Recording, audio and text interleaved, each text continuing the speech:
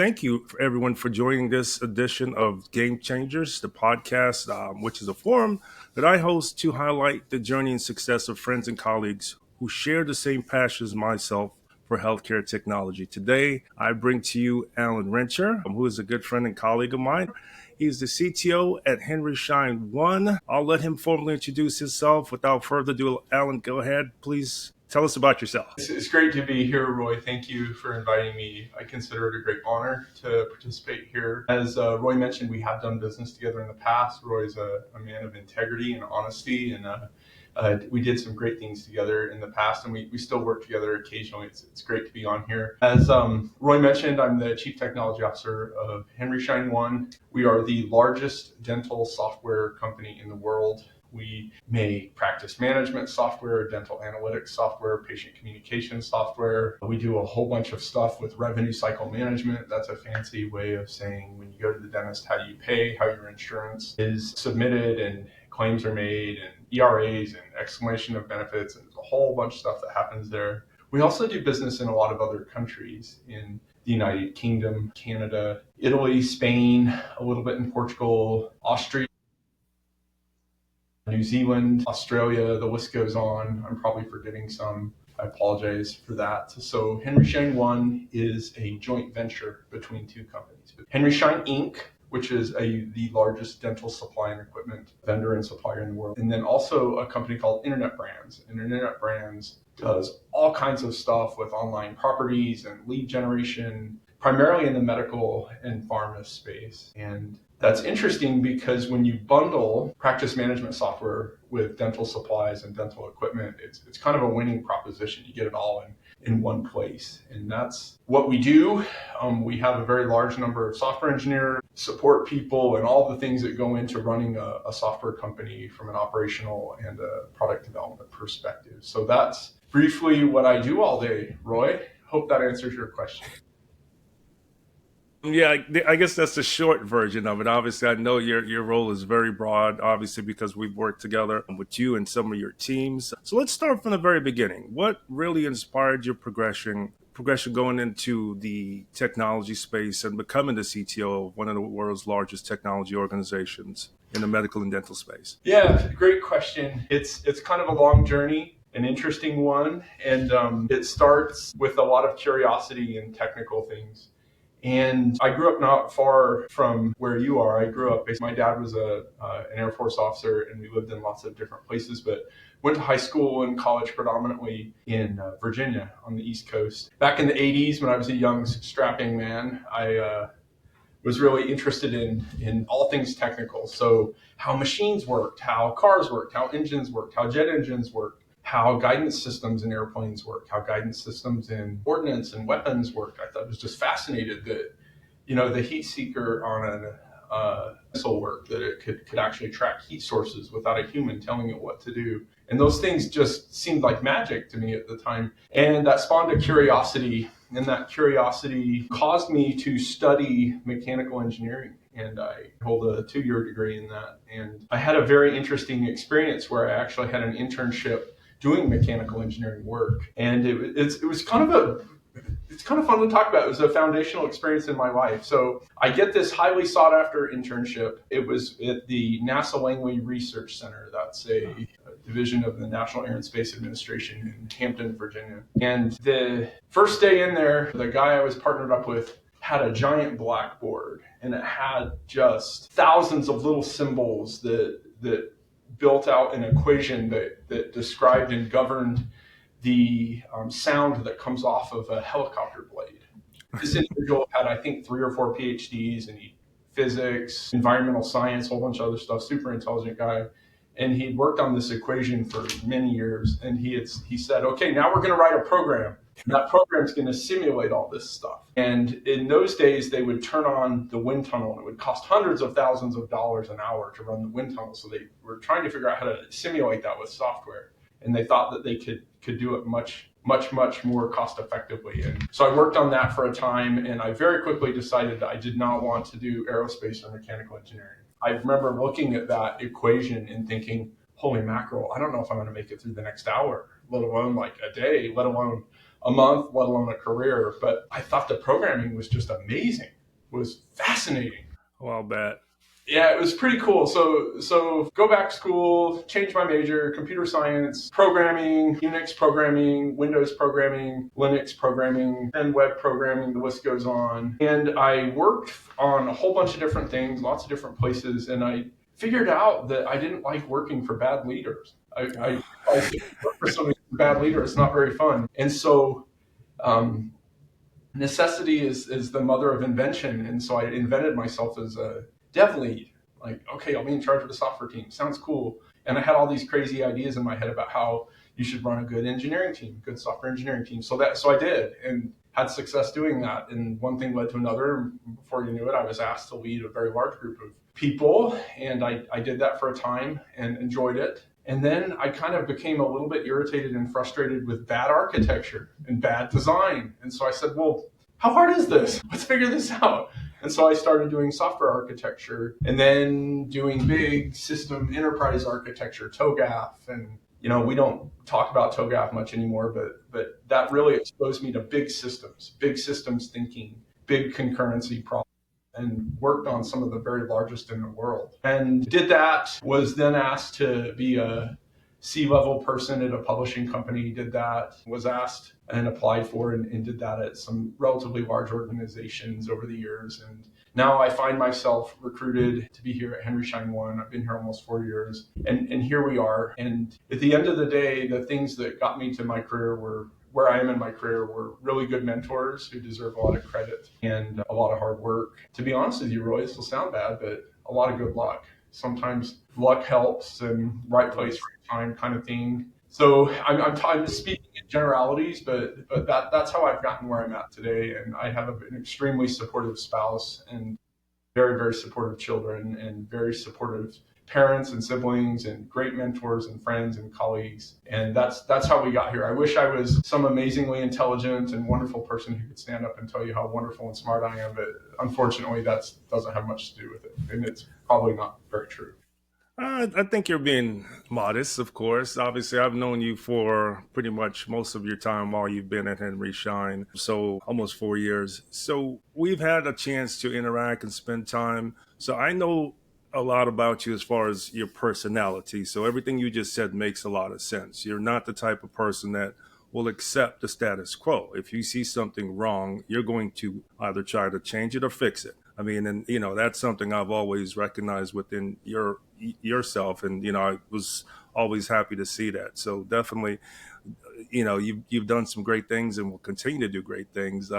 In our conversation, I remember when we were in Amsterdam. I think we were in Amsterdam together, and you were having some meetings, and I think we had a conversation about some concepts. And right then and there, I recognized that you were able to listen to some of what I had to offer and take that into account. So as a leader, I always value that because I never put myself in a position where I feel like I can't entertain the ideas of someone else. And I saw that within you, and I was very happy to see that. And that's so commendable as a leader. So kudos to you. Keep doing what you're doing. Very happy to know you and continue to work with you. I guess let's get a little bit more into Henry Schein and the business itself and the market it serves. Maybe we can talk a little bit about that to give our audience a flavor of that. Yeah, sure. So great intro. Henry Schein One, as we talked about, it's kind of a division or a subsidiary. It's a joint venture of Henry Schein Inc. and Internet Brands. And really, we're focused on four things at this company. We want to simplify the day-to-day life of a dentist, and we do that through automating things like scheduling and billing, and we do that so that the dentist can spend more time in a patient's mouth and helping a patient.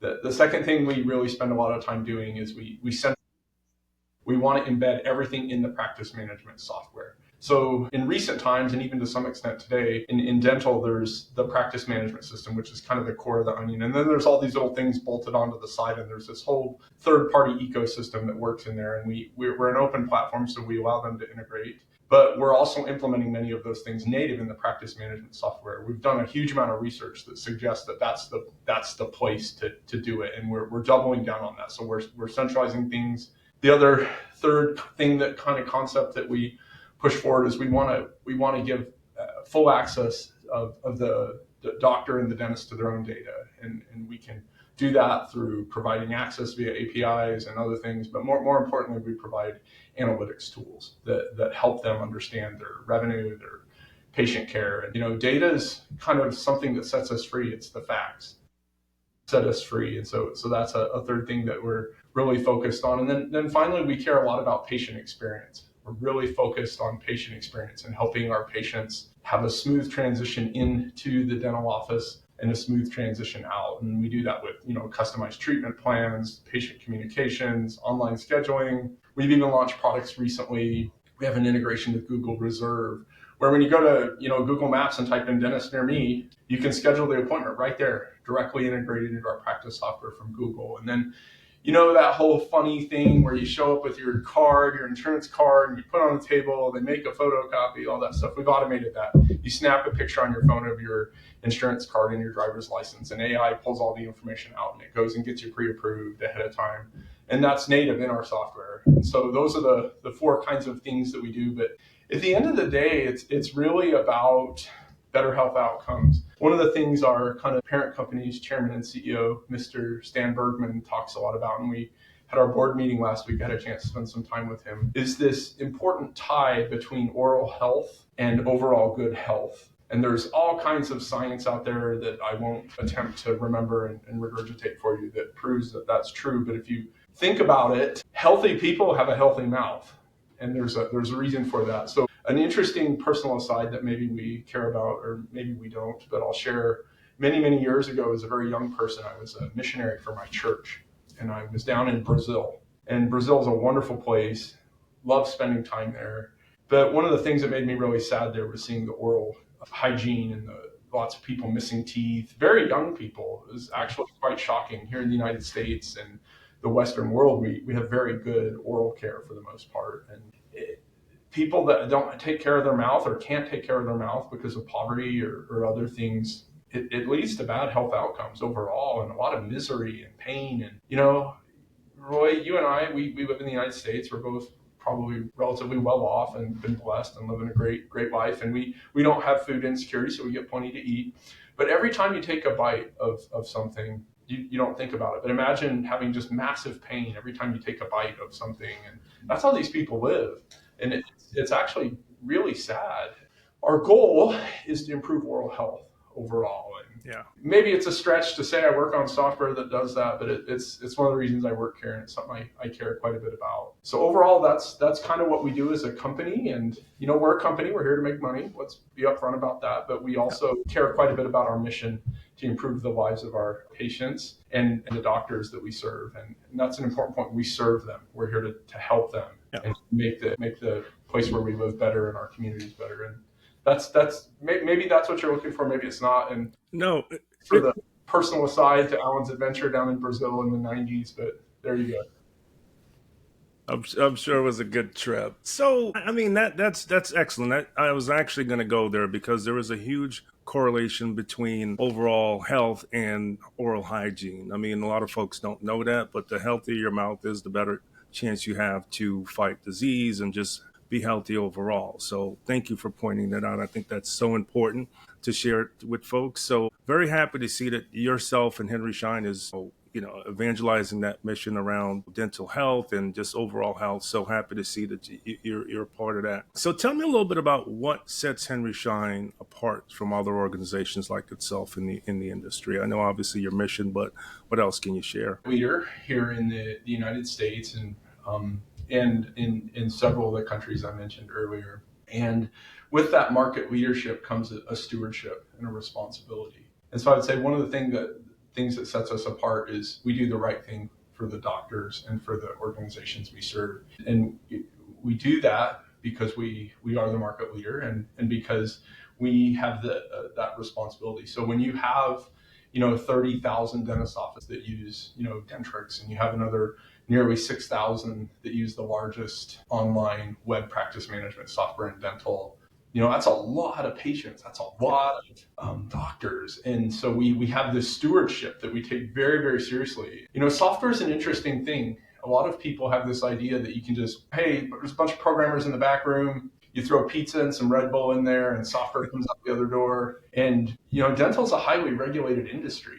And so we have to comply with all kinds of different regulatory burden, and it's very important that we do so. We're really focused on not just going fast, but going fast with very high quality, and that the doctors and the patients we serve can rely on us and trust us. So ultimately, we want our software to be like the light switch. When you hit the light switch in your room, you don't wonder if it's going to turn on or not. That's right. It just turns on. And so what sets us apart is we're reliable, and we are steadfast, and we are there. And in the recent past, we've done a lot of innovating. That's something we hadn't done at this company for many years. And so it's taken us some time and effort to turn around our engineering and product teams, and we've done that. And we're now innovating. We're releasing new products to market. So some examples of that are, I mentioned the Google Reserve product. Another one is 100% eligibilities, or we call eligibilities pro. And so if Roy, if you're a smart guy, but I don't know if you're a dentist or not, I don't think you are, but if you were a dentist, I know you're not, I'm just being silly, but if you were a dentist and you have a slate of 30 patients that are going to come and see you today, you've got a staff of 5 or 6 people that work at the front desk and make sure the appointments are put together and answer the phones. And one of the most painful things that they do is they check on the insurance eligibility of those patients. And it used to be you had to call, you had to go to their portal and put their number in and search and do all this stuff. And then if they're not covered, then you have to figure out, well, geez, how are they going to pay? Well, this Eligibilities Pro product I just mentioned, essentially that when they put their insurance card in and they put their driver's license in, we can tell within under a minute if they're approved or not. And if they're not, we can call them ahead of time and get all those arrangements made before they even get there. So we're saving a lot of time and money for the dentist, which means they can treat more people and they can provide a higher standard of care. And that's how I would nutshell answer. There's a lot more complexity in how that all works. And there's other people that do that, to be transparent, but we're the only people that do it native inside of our practice management software. Others, you have to go buy the third party, you have to go and sign up, and we take care of all of that. And we're really excited about that. And that's just the beginning, honestly. There's a whole series of other things that we will be launching soon that make that even more seamless and more exciting. And it's kind of fun to be at the forefront of that and do things that others haven't done before. And I agree. Yeah, it's pretty fun. Yeah, no, I mean, I agree. I mean, quick story, right after COVID, going into my dentist, I happened to mention that I was doing some work with Henry Schein, and because we were talking about some of the products in the room, and they, first of all, they sing your praises for sure. They love the products, the technology, everything about it. So every time I go in now, the dental hygienist that treats me is always showing me every time you guys they get a new product in. We just got this from Henry Schein. We were waiting on this. This is great. Yeah, so you guys are definitely the benchmark for a lot of folks in a lot of dentists, obviously, as far as products and services. So I can attest to that for sure personally. So always get to see that and actually see that some of the work that you're doing is actually benefiting patients and dentists in real time. So absolutely great to see that. Getting back to more of the technology side of things. So in your mind, what are some of the basic blocking and tackling to ensure success as a CTO? Let's talk about that for a little bit. Yeah, we could talk about a whole lot of stuff in that area. I would say blocking and tackling to be a successful chief technology officer, you have to very quickly understand your talent that you have. You have to understand kind of where you're at technically, the state of your products, their state of quality, their state of velocity, how quickly you can deliver. And then you have to work very closely with the business, with your product and marketing and sales teams to understand. It's kind of that whole thing about Wayne Gretzky when he talked about don't skate to where the puck is, skate to where the puck is going to be. And so anticipating needs and artificial intelligence has really changed how we think about some of those things. It's provided capabilities that were unimaginable even 4 or 5 years ago. But blocking and tackling, you have to be able to very quickly understand a lot of very complex technical problems and your team's ability to solve them rapidly and of high quality. And there's some really, really, really good science out there that helps people that have the job I have do that. And I'll mention a couple. So there's some really smart people in the industry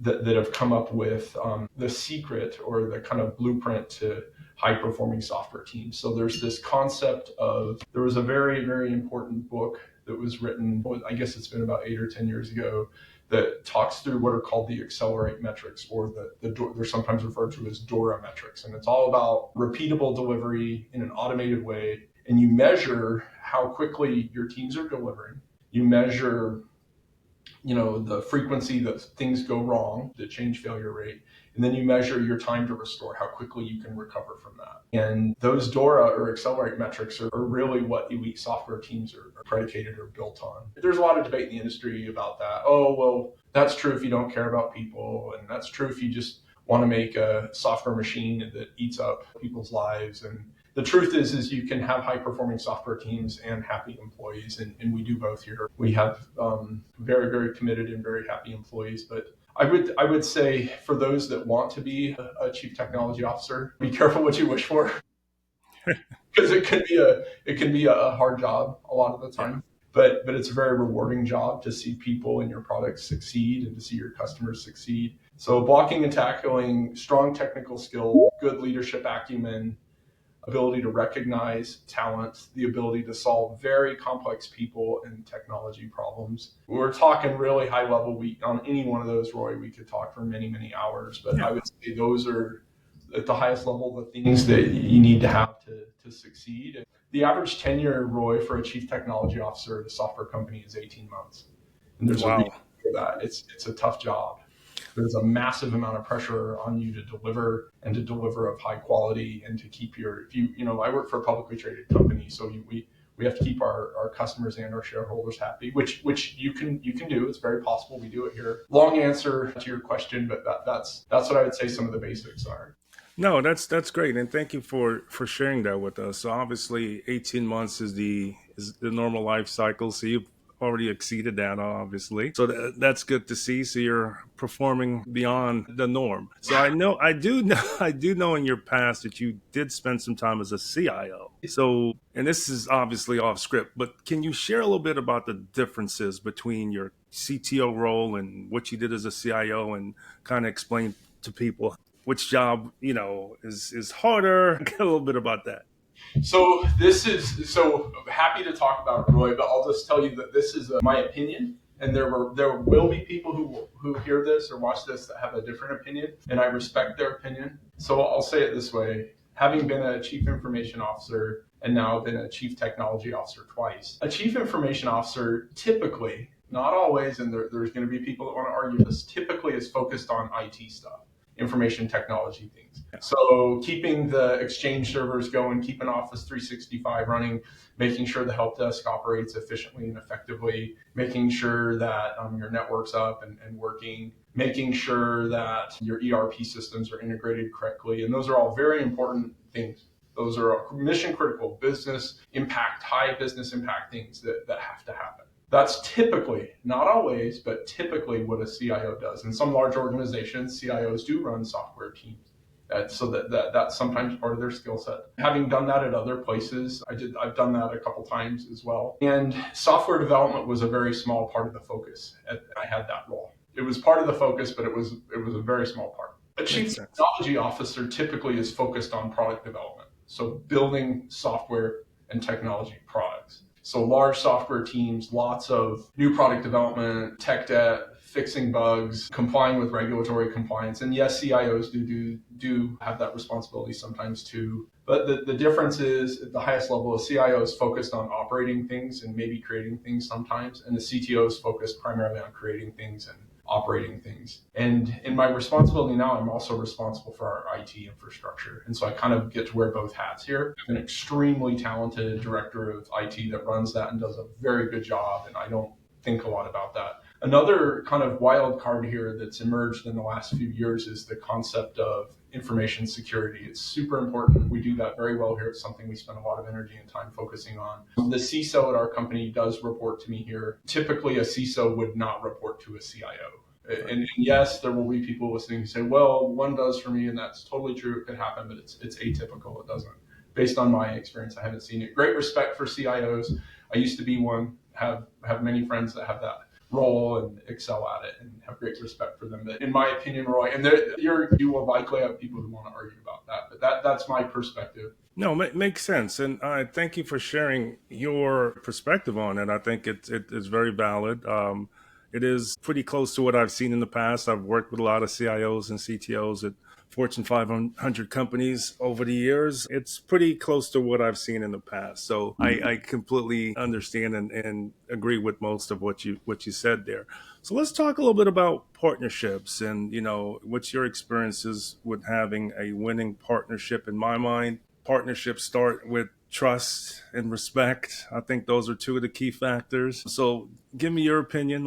I would love to hear your perspective. Obviously, we've worked together in the past. I know you've had some other great partners, and, tell me what works for you. So really liked how you talked about that. It is based on trust and respect and mutually beneficial goals. And I would say that's kind of the foundation, what it's built on. We have many current partnerships, and then it's kind of interesting because in some partnerships it's co-opetition. We cooperate and compete with others who we integrate with in the industry. And again, it has to be based on trust and respect and mutually beneficial outcomes. And I would say that you have a good partnership when you trust each other enough to kind of gripe and complain, but then find solutions together. And that's the mark of a strong partnership. And, here we are years later, Roy, still doing business together. So I would say we have a strong partnership and have for some time. And I would say another key part of that strong partnership is good relationships with people. And we've had that. And I can think of several that I still interact with very frequently that work with you and for you that I have great admiration and respect for. So trust, respect, mutually beneficial outcomes, and the ability to work through going back to and pointing back to the trust, the respect, and the mutually beneficial outcomes. Absolutely. Yeah, makes a lot of sense. I mean, of course, people say, and I truly believe this too, people love to do business with people that they like. So I think being able to tolerate and have a good conversation, even if it's a debate, respectably, it makes sense. So, I think we've been through a lot of those over the years, and very happy to have our continuing relationship and our friendship, I think. Yeah. So happy to continue that. So let's talk a little bit about some challenges. What were the biggest challenges you faced in your experience as a CTO? Wow. I would say there's several. So it's been different at different times. I would say in the last few years, there's been just huge pressure for talent, the war for getting and retaining highly talented people. Yeah. That's always a challenge. Differentiating yourself as an employer, fast delivery, improving your time to market, your speed to market. So improving your velocity, maintaining high quality, and finding innovative and interesting ways to do that is a big challenge. Information security is always a challenge. We have probably the strongest or one of the very strongest Cs in the industry working here. We have very, very talented engineering leaders and architects who work here. And I have a great team I rely on to help me do those things. I would say there's always these commercial pressures. There's always a competitor doing something, and it's having the ability to anticipate that need before them, right? We will say it again. So skating not to where the puck is, but where the puck's going. It's kind of like having a spoon and holding the spoon upside down and balancing a marble on the top of it. Constantly move the spoon to keep that marble centered, and sometimes the marble falls off, right? Makes sense. I get it. So those are some of the big challenges. They change from time to time. Burnout is real. You can, if you're not careful, you have dedicated people that work for you, you can burn them out. You got to be really careful about that. And then you can burn yourself out sometimes. That's real. To watch that, you have to maintain some balance in your life, and so that can be an issue. Definitely. So what have you learned from those challenges? I guess on the tail end of that. I would say I've learned that we can do hard things when we have talented people, and a never don't quit attitude and strong esprit de corps on your teams where you trust each other and you work together. You can really there aren't any problems you can't solve if you're willing to work hard and apply yourself and get your team all pointed in the right direction and trust your team. If you've really hired smart and talented people, like one of the hardest leadership lessons I learned many years ago was you don't hire smart people to tell them what to do. Like that's almost insulting. Like you hire smart people so they can tell you what to do. There you go.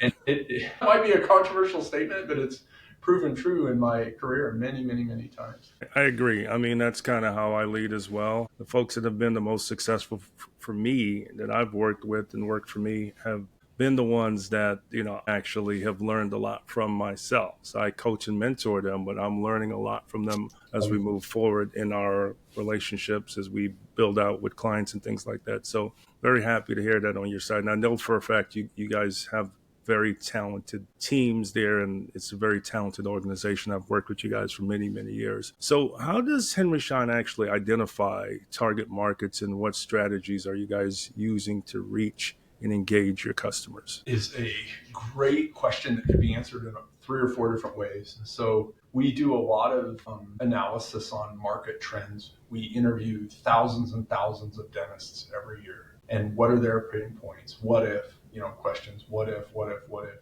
We also on our board have some of the brightest minds in the industry who are also key influencers in the industry. We get a lot of input there. We do some competitive intelligence. We look at what others are doing to some extent. We do that. We acknowledge there's other players out there. We have great competitors and we're better, but we do some of that. But at the end of the day, our job is to make the life of our doctors and their patients better. So we ground ourselves on that. And I personally spend a gigantic amount of time with our customers. And we have some customers that are the largest dental services organizations in the world. 1,800, 1,900 dentist offices that they manage. And we spend a humongous amount of time with them.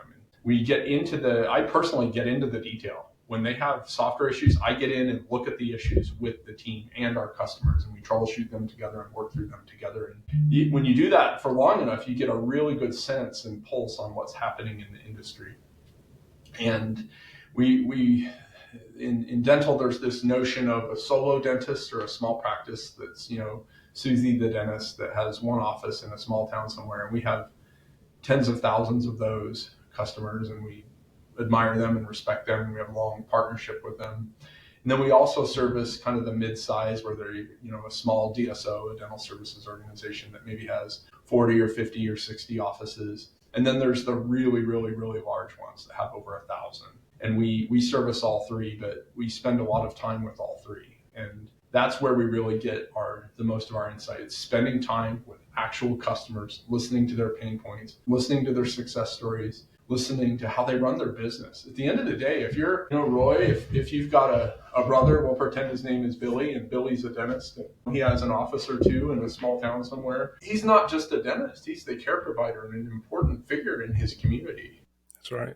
I make absolutely sure that he's running his business and taking care of his patients in the most efficient and effective way possible. And we've been able to do that for a long time, and we want to continue doing that. And what better way to learn how to make him successful than to talk to him and spend time with him in his office? We do a lot of that. I'm going to spend a whole day with one this Thursday. I mean, I would say that's an important part of what we do. I love that. So happy to hear that. I think that's important to, get the perspective and the voice of the customer is so important too. And it also helps to recharge you, kind of reset you, to remind you what you're really focusing on and what you're working for. So very happy to hear that. Have there been any surprises or shifts in market dynamics that you've seen that you want to focus on? Yeah, we'll mention a couple. So the emergence of artificial intelligence as a mainstream capability has really changed how we think about a lot of aspects of how we build software and then how our products behave. And I will just say that we're going to be launching a myriad of different products that leverage generative AI and other AI tools. And that's honestly not anything new for us. We've been doing that for quite some time before it was a cool buzzword. And so you'll see a lot more of that. And I'm being vague on purpose, but you'll see much, much more of that from us. And we have the largest data set of anyone in dental. And you need that to build effective and powerful artificial intelligence tools and have learning models based on, hundreds of millions of X-ray images and, hundreds of millions or billions of patient records and patient outcomes. And we're uniquely positioned to use that for the benefit of oral health and our company. That's very exciting. So you kind of hit on my next two questions, which were industry trends and future outlook. So as far as the industry, how it's evolving and what trends you're seeing as far as innovation in the dental technology space, how do you stay updated on the latest industry trends and technological advancements? I do a lot of reading. I read a lot. I read every night. I do that. I go to some of these dental tech shows and spend some time on the floor and see what other people are doing. But again, I mentioned it earlier, talking to customers, hearing what their pain points are. There's this whole concept that our CEO, Chris King, talks about. It's all about finding white space, a space where there isn't a solution, and finding a unique way to inject your products and your services into that white space. So I mentioned earlier our Eligibilities Pro product. There's lots of people that were doing that, but there was no one doing it native inside the practice management software, automated. And that's white space, and we're filling it now. And our doctors and other customers love it. And they are giving us all kinds of fun statements how they can't live without it and they have to have it and please don't take it away. And so you know you're hitting the mark when your customers start to speak that way. So staying abreast of technology and innovation is really hard. It's a full-time job for many people. There's lots of ways to do that. We've mentioned reading, we've mentioned going to dental tech shows, but the best way is talking to customers. I'll say it again. It's talking to and spending time with our respected and honored customers. Agreed. It makes a lot of sense.